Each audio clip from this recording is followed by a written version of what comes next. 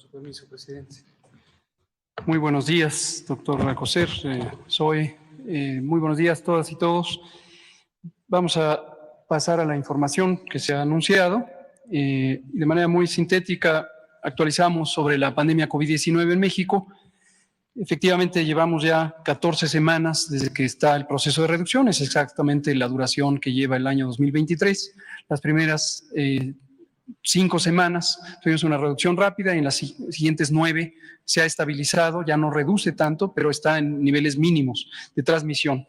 En las últimas 2 semanas ya se ve una nueva reducción más acelerada y esperemos que esto signifique también una tendencia a esta reducción. Por su parte, la hospitalización se ha permanecido en niveles mínimos de 4 y 1% de ocupación de las camas generales y las camas con ventilador para personas que padecen infección respiratoria aguda que requiere hospitalización. Y lo último es también alentador, la mortalidad que había estado en arriba de 2 dígitos en el promedio semanal, la mortalidad asociada con COVID, ahora está en menos de 1 dígito y ojalá que también en las siguientes semanas se mantenga en este proceso de reducción. Una actualización de la vacunación, seguimos vacunando a niñas y niños de 5 a 11 años de edad y están las cifras, resumen de lo que hemos logrado hasta ahora.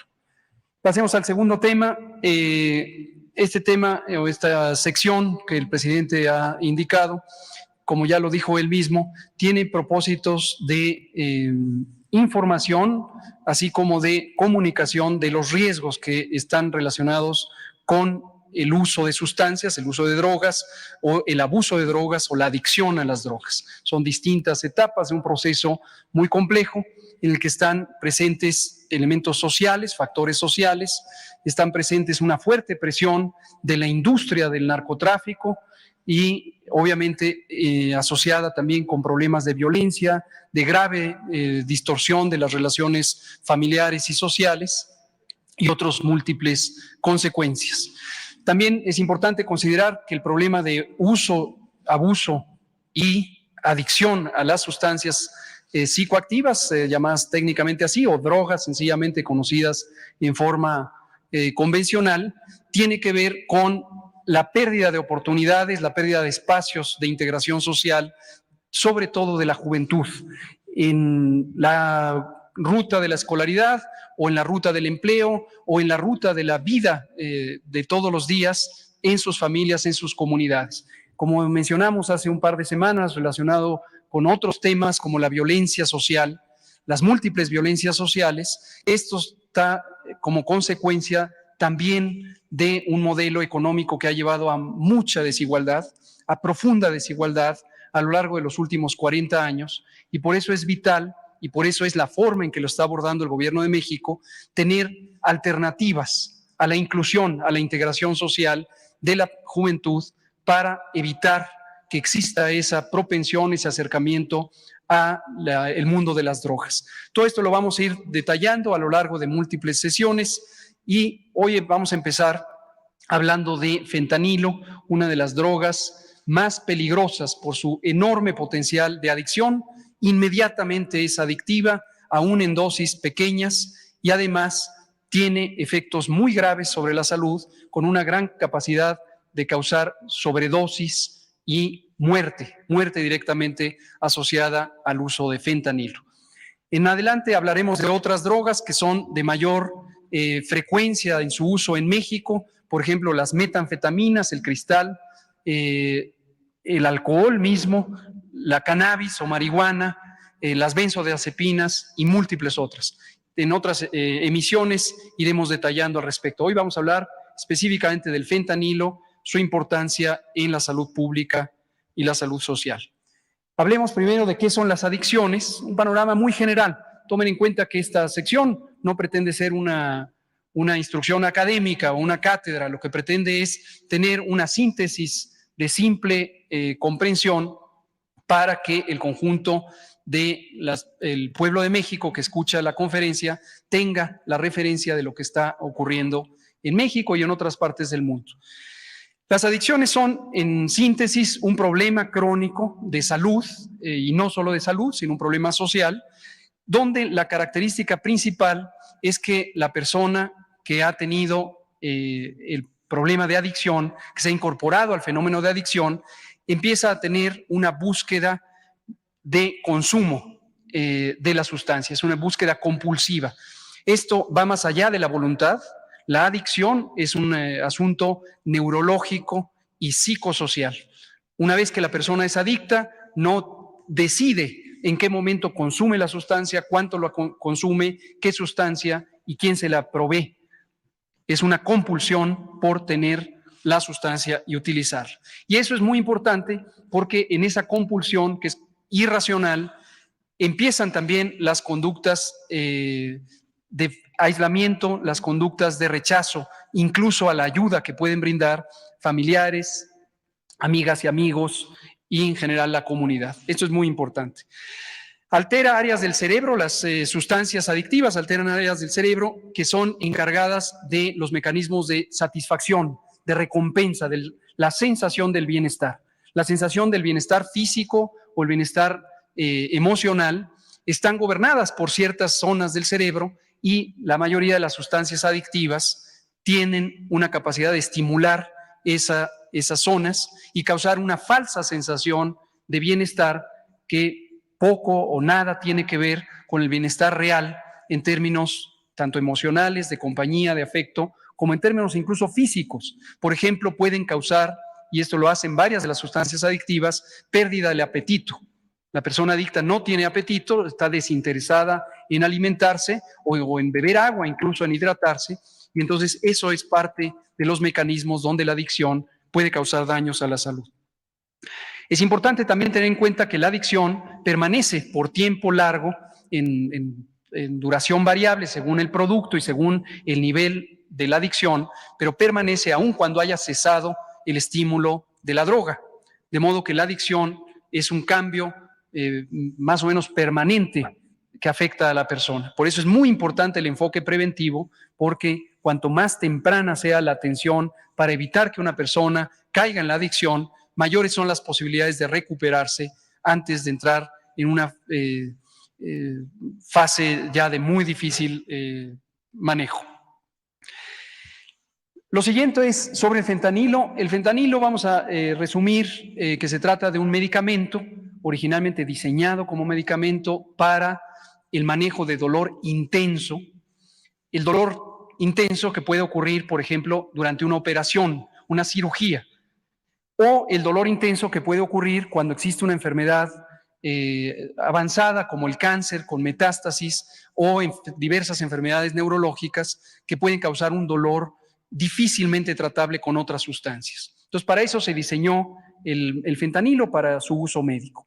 A su vez, el fentanilo es una sustancia que químicamente se asemeja a la morfina y la morfina, a su vez, históricamente viene de la goma de opio. La goma de opio que se produce en las semillas de la amapola. Esto desde hace siglos, al menos desde el siglo XVII. Y en el siglo XX se empezaron a fabricar sustancias químicas de síntesis química, ya no directamente derivadas del opio, de la goma de opio, sino ya de fabricación química. Y una de ellas es el fentanilo. El fentanilo tiene, entre otras propiedades, una enorme potencia para reducir el dolor.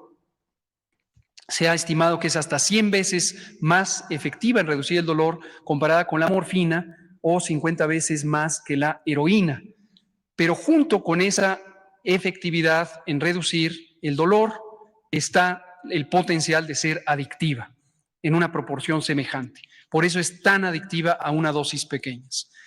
Y una cosa muy importante es que el uso médico de este producto en buena medida contribuyó a la inducción social de la adicción de estas sustancias que genéricamente se llaman opioides. Opioides precisamente porque químicamente derivan del opio.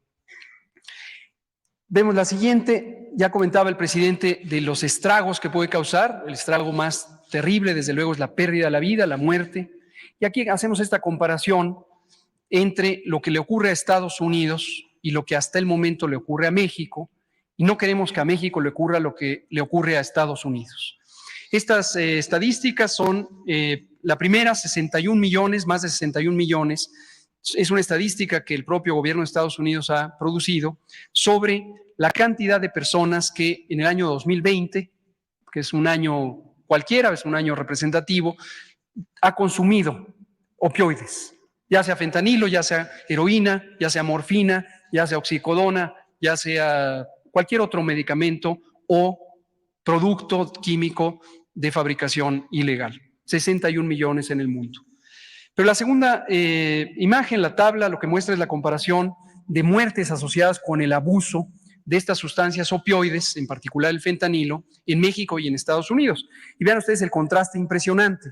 Nosotros hemos asumido que podría haber cierto subregistro en las cifras mexicanas, y estamos trabajando por hacerlas más exactas, pero aun cuando fuera, pensemos 10 veces más o 100 veces más el subregistro que tenemos en Estados Unidos, en México, no se compara con el enorme problema de salud pública que tiene Estados Unidos en este abuso de fentanilo.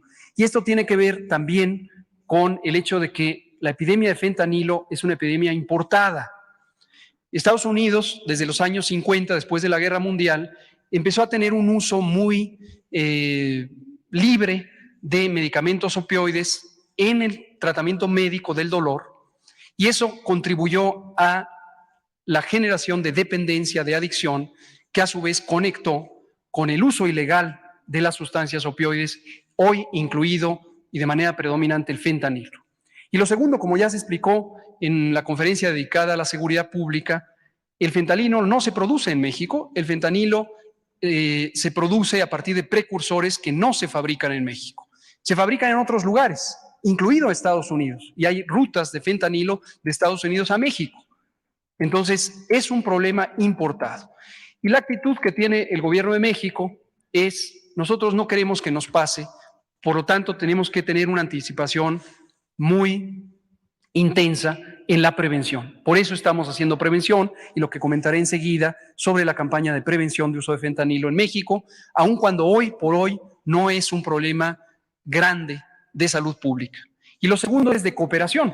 Queremos cooperar con Estados Unidos, que tiene un enorme problema de adicción al fentanilo y de producción de fentanilo y de importación de fentanilo desde otras regiones, particularmente de Asia, y entonces queremos ayudar también como buenos vecinos en lo que toca a la salud pública, a la disminución de las adicciones.